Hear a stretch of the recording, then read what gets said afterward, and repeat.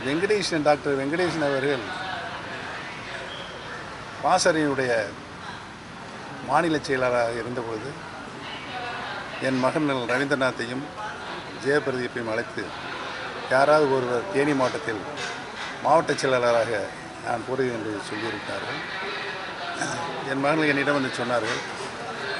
அப்படியே என்று கேட்டு நான் டாக்டர் வெங்கடேசனை சந்திக்கின்ற பொழுது வெங்கடேசன் எந்த சோபாவில் உட்கார்ந்திருந்தார், அப்பொழுது உதயகுமார் எப்படி இருந்தார் அந்த நிலையில் என்பதை நான் கண்கூடாக பார்த்திருக்கிறேன்.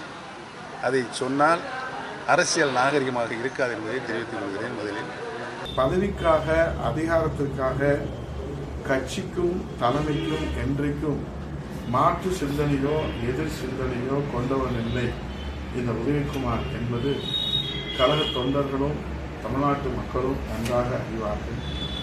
இளைஞர் பாசறை இளம்பெண்கள் பாசறையுடைய செயலாளராக அன்றைக்கு அம்மா அவர்கள் இருந்தபோது டாக்டர் வெங்கடேஷ் அவர்கள் சோபாவில் அமர்ந்திருந்த போது இந்த உதயகுமார் எந்த இடத்திலே அமர்ந்திருந்தார் என்று சொன்னால் அரசியல் நாகரிகமாக இருக்காது என்று நீங்கள் சொல்லியிருக்கிறீர்கள். தயவு செய்து அதை சொல்லுங்கள். உங்கள் காலிலே விழுந்து வணங்கி கேட்கிறேன். நான் எந்த நிலையிலே அமர்ந்திருந்தேன் என்பதை நீங்கள் சொல்லுங்கள். நீங்கள் உட்கார்ந்திருந்த இடத்திலே தான் நானும் உட்கார்ந்திருந்தேன். இன்றைக்கு சம்பந்தப்பட்டவர்கள் இருக்கிறார்கள்.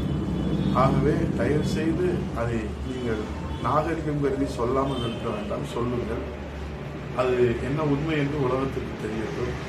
ஏதோ ஒரு மூடு மந்திரம் போல நீங்கள் வைத்திருப்பதனாலே என் மீது ஒரு தவறான அபிப்பிராயத்தை என் கழக பணி மீது, நான் கழகத்தின் மீதும் தலைமை மீதும் கொண்டிருக்கிற விசுவாசத்தின் மீதும் நீங்கள் களங்கம் கற்பிக்க முயற்சிப்பதை என்னால் தாங்கிக் கொள்ள முடியவில்லை.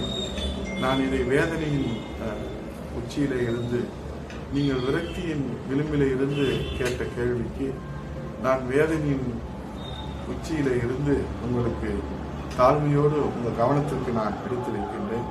உங்கள் மனசாட்சியோடு பற்றி சொல்லுங்கள். இந்த உதயகுமார் உங்களிடத்திலே ஏதாவது நிலையிலே நான் பதவிக்காகவோ பட்டத்திற்காகவோ அதிகாரத்திற்காகவோ அல்லது செயல் நடவடிக்கைகளுக்காகவோ நான் வந்து நின்றதில்லை.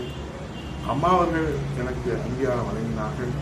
அம்மாவின் மது வடிவமாக புரட்சித் தலைவர் எடப்பாடியார் அவர்கள் அங்கீகாரம் வழங்கி இன்றைக்கு நான் ஆற்றி வருகிற கழக பணிக்கு ஆக்கமும் ஊக்கமும் வழங்கி எனக்கு ஆசீர்வதித்து என் பணியை அவர்கள் ஊக்கப்படுத்தி உற்சாகப்படுத்தி அங்கீகரித்து இந்த ஏழை சாமானிய எளிய தொண்டனுக்கும் நீங்கள் அமர்ந்திருந்த அந்த இருக்கையை எனக்கு வழங்கினார்கள் என்ற ஒரே காரணத்திற்காக என் மீது எத்தனை களங்கங்கள் நீங்கள் சுமத்துவது.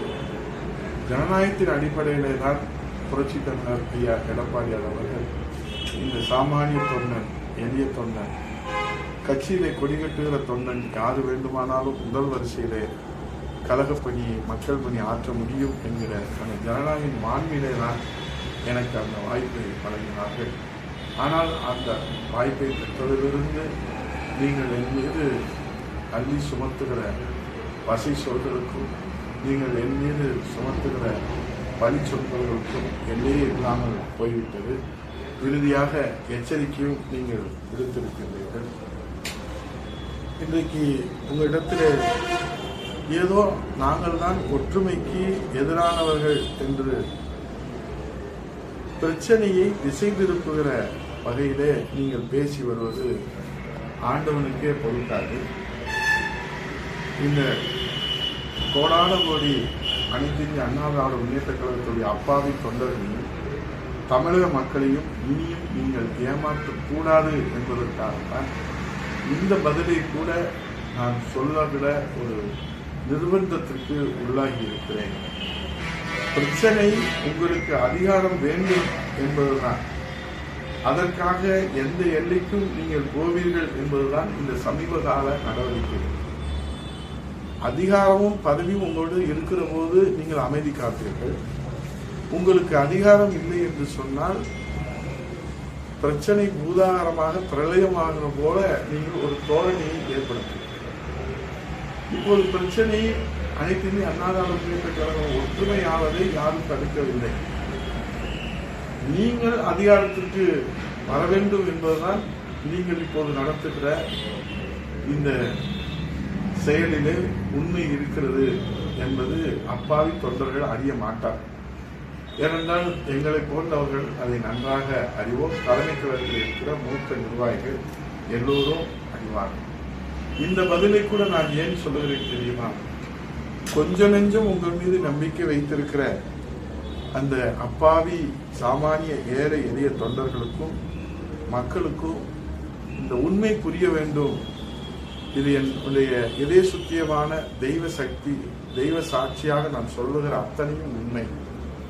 இது உண்மை தவிர வேறொன்றும் இல்லை.